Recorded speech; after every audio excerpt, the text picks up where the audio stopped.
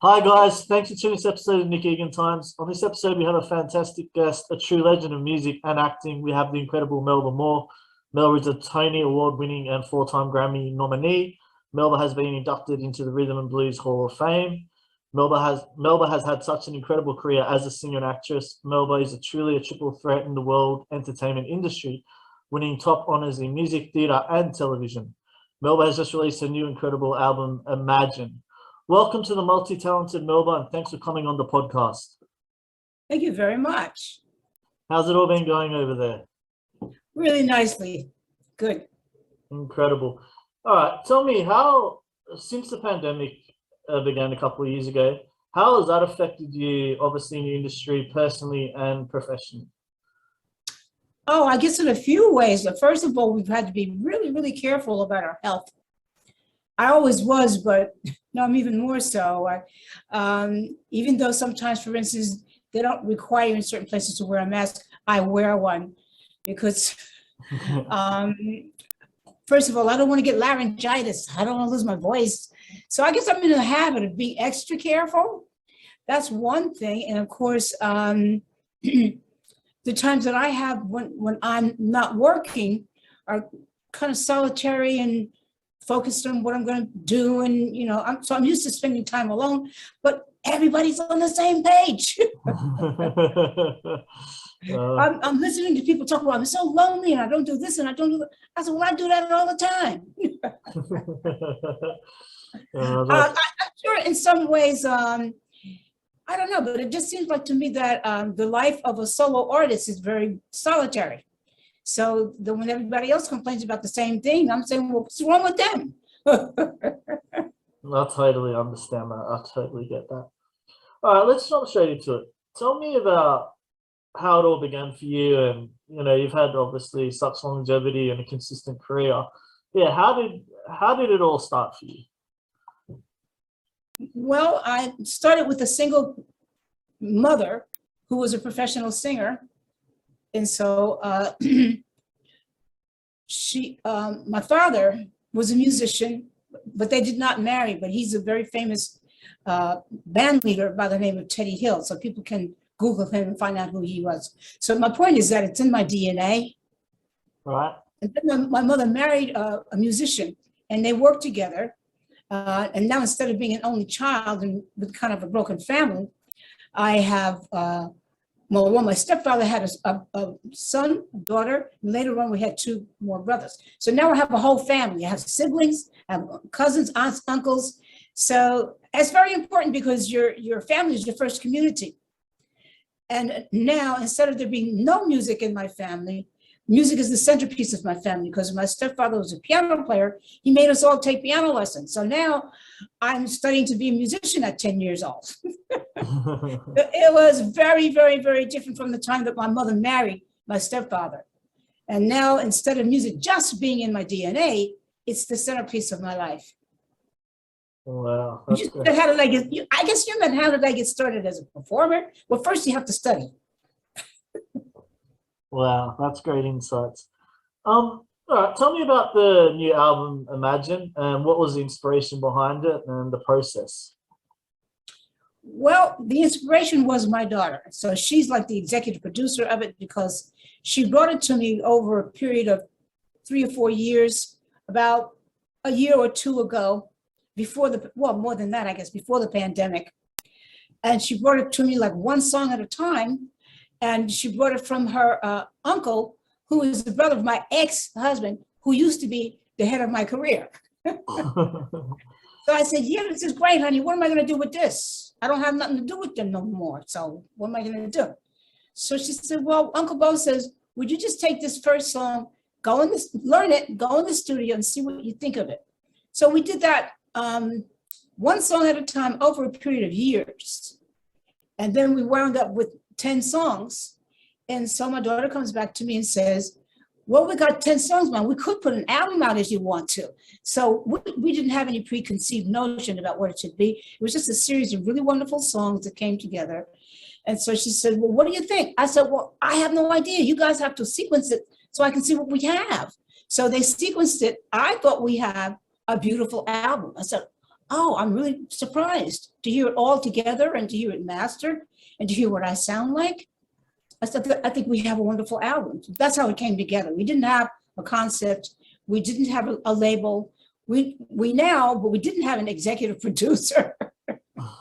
It was just, I guess it was a labor of love, really. Or you feel like doing it, you want to do it, you do it. There are no restrictions. We didn't have any particular genre to hand it to or any particular audience. It was just songs that we thought were beautiful.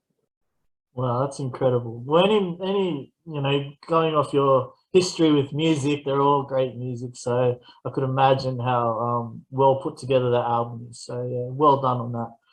All right, tell me about your acting career. You've had such an esteemed acting career, especially in the Broadway scene.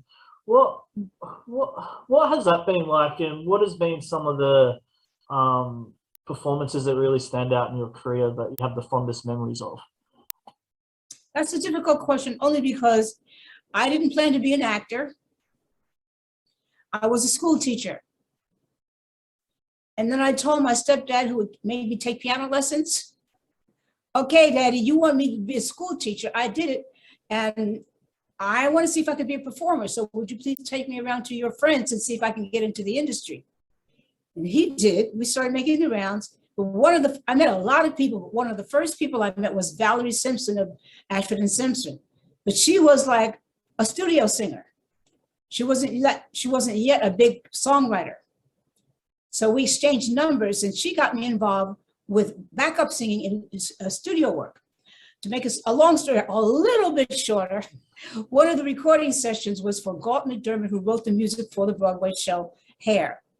And they were still casting for it. So they invited us all to come down and sing for the director producer. And that's how I got my first Broadway show. But before I left the show, they had so many people doing the female lead, and they weren't happy with them. They let me audition for it. And I wound up being the first Black actress to replace a white actress in a lead role when I replaced Diane Keaton. So it was an unusual life and opportunities for me once I got into show business. While I was still in the Broadway show Hair, I found out about auditions for what became my second Broadway show, which was Purlie. And that was a musical, but for Purlie, I got the Tony Award. So I didn't really have an agent yet, but I was actually, when I went for Purlie, one of the girls in Hair told me I should start learning how to audition, because I didn't really know how to audition. So I was trying to learn how to audition, but I got the part, I got the Tony Award, and I got on everybody's television show. I was on the Flip Wilson show, I was on Ed Sullivan show, I was on Tonight Show, I was on Carol Burnett show, everybody's show, I was a guest on there. So that's how the world got to know who I was. So I really became a star on TV after television. So I think that's memorable.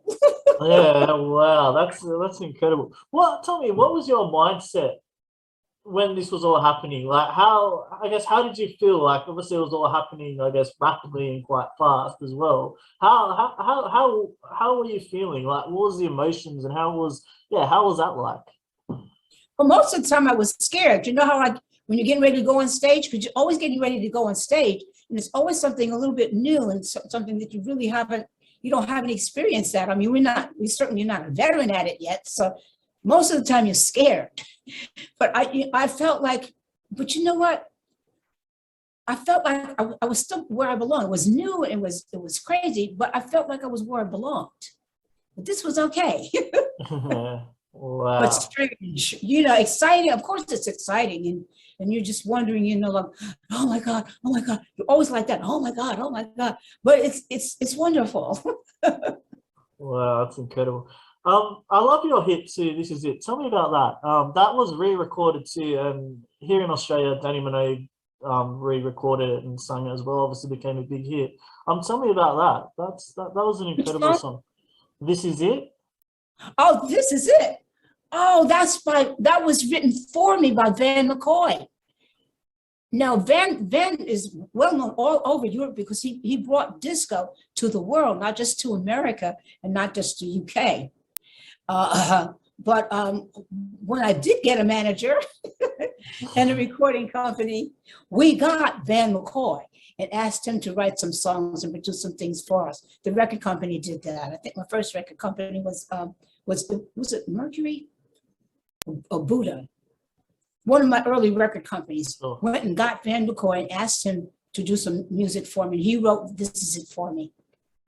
Wow, yeah, that's a legendary song, and I still listen to it this day. It's great. Yeah.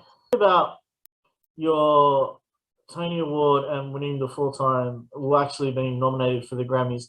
How was that? How did that make you feel? And even recently, you've been inducted into the Hall of Fame for rhythm and blues. That's incredible. Tell me about that and how that's made you feel. Well, over the years, going to the Grammys and seeing all the different parties and the different excitement, that's been very, very, very exciting. Now that I'm older and mature,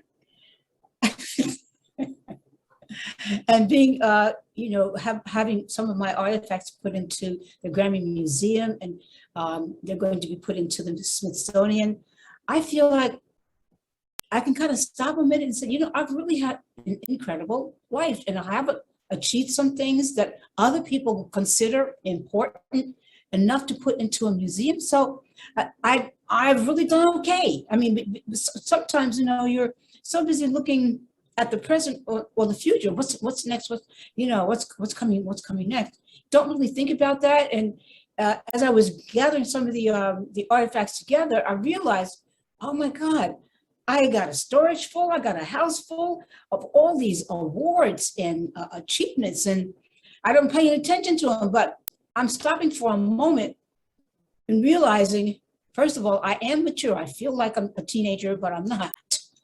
Yeah. I got to recognize, stop, take time, and first of all, this is people saying they appreciate what you do. It's not just how you feel about things.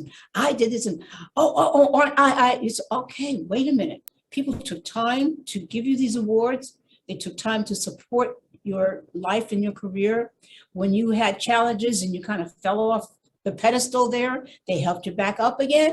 They're still here for you. And I'm saying, oh, I got to take a moment, not just say thank you, but really kind of appreciate, first of all, being alive these days with all the difficulties that are happening, being thankful, slow down a minute. And I'm not sure what the word is, but appreciate. Try to appreciate. Yeah. And I think it's, you can ask me what I think about it, but if I asked you what you thought, I don't know if you would be able to answer me so well, because what you're talking about is what other people see you as. Maybe you don't even see yourself that way. I got to, because, well, in a public business, the people are the other half of your act. If you don't have them, you don't have it. So it makes you stop a moment, at least consider those things from their point of view, and then say, you know what? I want to respect myself a little bit. I want to take care of what I have. I want to be not only grateful, but look at what I'm saying, what I'm doing in front of people, because you have an influence on them, and you want it to be a good one. You want to appreciate people for being the other half of your life. Yeah, for sure. And from a personal opinion, you're very humble, you're very down to earth, you're very gracious. I can see that. And yeah, you're an inspiration, especially to the younger generation. To obviously, as I said earlier, the longevity you've had and the consistency. So yeah, well done. What motivates you daily and inspires you? God. Good answer. So I'm a born-again Christian, and I'm going to stop apologizing for being religious, because He created everything. He created romantic love, everything. And now that I'm mature, and I've been through romances, and I have my family, and I have my career, I've been ill sometimes, and I've been able to recover. I think the overall overriding thing is that God is in charge, and I want to, even if it means being religious, make Him first, middle, and last. And that way I think I can appreciate other people and understand that He cares the same about them. I mean, He's been so good to me, I could think I'm better. But she reminds me, I have to treat them like I want Him to treat me.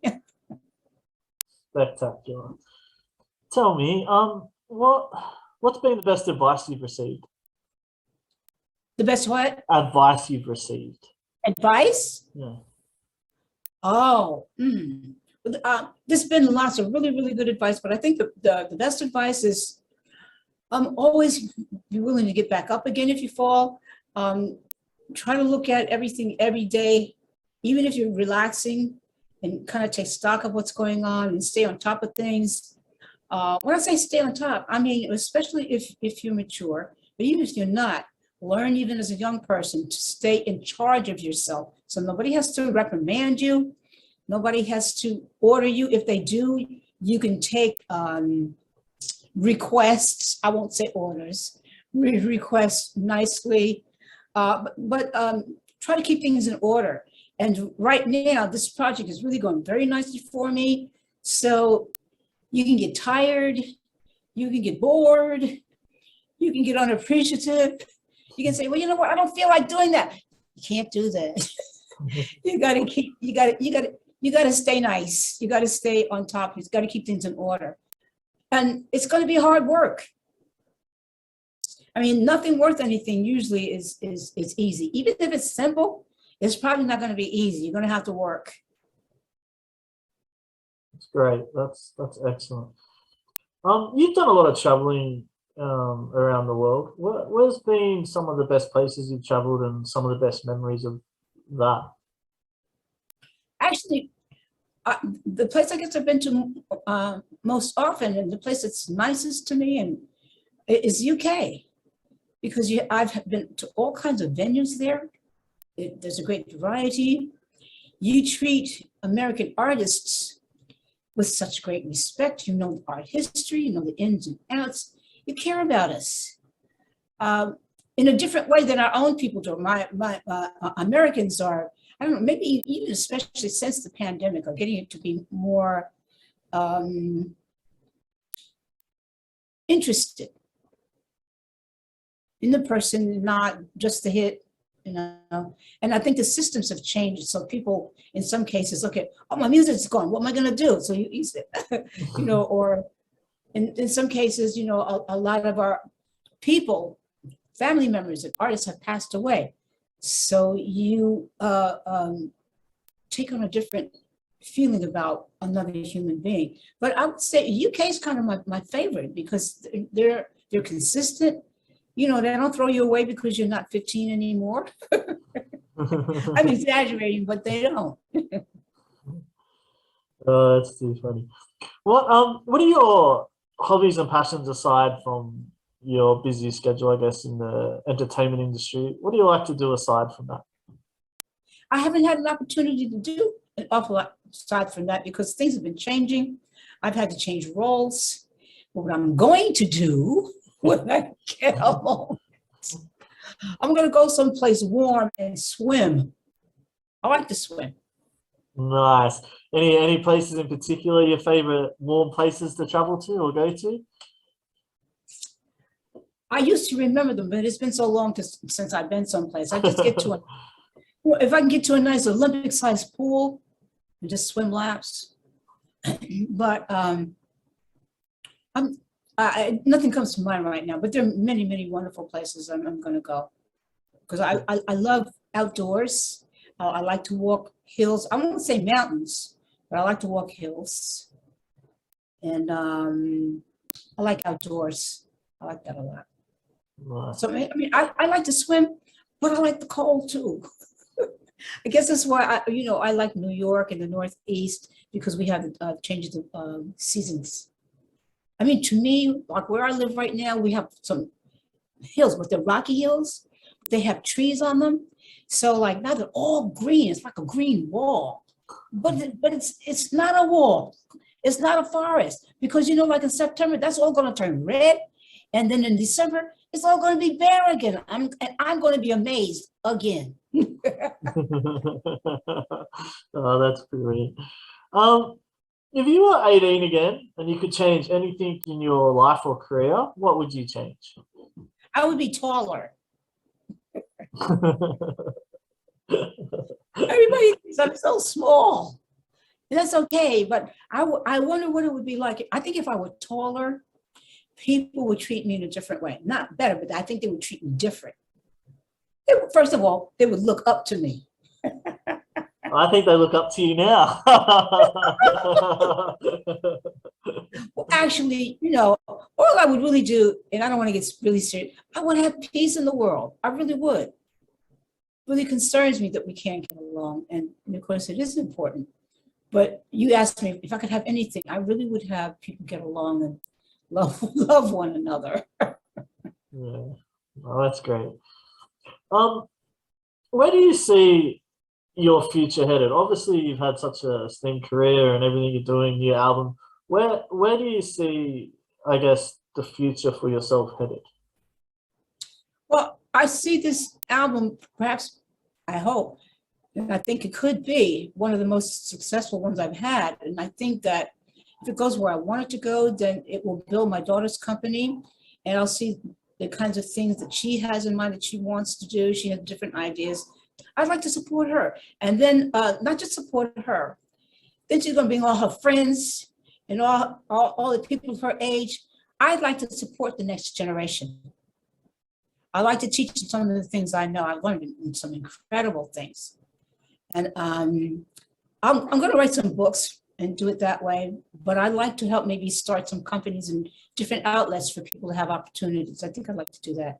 So I'm really active, but I don't have the danger of, my record not being a hit or not making money. Like, if I have everything that I want, then I would like to invest in the future and do some experimenting, maybe some things that I haven't really even thought about because I haven't had time to think about things. So maybe sit back a minute and say, let's see, maybe I'll be one of those people who go up in one of them, what do you call it? William Shatner. What do you remember? If you went up in the space shuttle? Yeah. I'll do that. Go up and see what it looks like from up there. That would be amazing doing that. I mean, there's some amazing things that we can do now, and some things I'm not thinking of because I've been so focused and busy. But we're going to be able to do other things. There'll be a lot of things that we're going to be able to do because invention is increasing. And I think, as we've had this pandemic, some terrible things have happened, but medicines and cures are going to increase, and we're going to live longer and healthier. So, maybe when I'm 95, I'll go skating, shoot. Yeah, it's incredible, the technology and how all these platforms have evolved, especially during the COVID period too. It's just amassed really fast. Going back to when you first started and were starting out, and obviously during your career, to where the industry now, how much has that changed? Like, if you could compare, like, what is the difference? And as you mentioned, it's going to a different level, just the inventions and the technologies evolving so much. Tell me about that. What's the difference been like? Like, how? Well, I think it's very much diverse culturally and racially, much more diverse. Some of the problems we still have, we still don't get along, there's still racism. But I think we've progressed. And I think with the fact that each one of us, whether we really mean to be or not, are kind of selfish, that progress is important. And I think we'll continue. Of course, then I believe in God, don't I, in miracles. But I think we'll progress. I think that's the most important thing, because whatever else we do is really not going to matter if we can't get along. But I think we will. And so because of that, I think, one of the things I'd like to see happen is that we really learn, especially from industry, about better lifestyle. Because I mean, I can remember when I was growing up, I don't remember hearing about so many cancers. We have more treatments now, but I think we have more things that cause cancer as well. So I hope we learn to teach each other and learn about actually taking care of the life that we have. Yeah. Well, that's great. That's great. Great insights, and thank you for sharing. Melba, thank you for coming on the podcast. I do appreciate it.